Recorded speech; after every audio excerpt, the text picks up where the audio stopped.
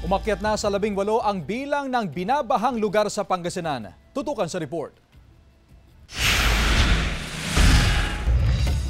Umakyat na sa 18 ang bilang ng mga binabahang lugar sa Pangasinan. Base ito sa 5 AM na buletin ng Pangasinan PDRRMO. Dahil sa malawakang pagbaha, hindi maiwasang lumusong sa baha ang mga residente. Tulad ng 64 anyos na si Tatay Jose na nakita naming naglalakad sa baha sa bahaging Barangay Tapuac. Tubong linggayan si Tatay Jose pero nagtatrabaho siya bilang katiwala ng ari-arian sa Barangay Tapuac. Hindi raw maiwasan ang paglusong niya sa baha kaya tinamaan na siya ng alipunga.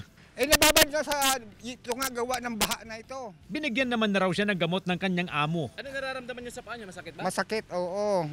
Parang ganun, mahapdi na Makati. Ang 47 anyos na si Guillermo, tubong Barangay Maluwad, isang linggo na raw siyang lumulusong sa baha dahil sa sunod-sunod na pananalasan ng kalamidad. Kaya lagi siyang nag-iingat upang hindi tamaan ng alipunga.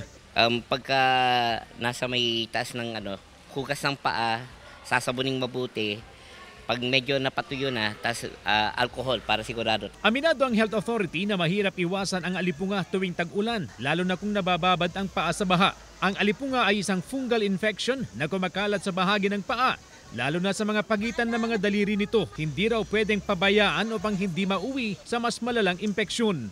Pwede po itong mag-lead po ng magkaroon po ng infection sa kanilang mga paa.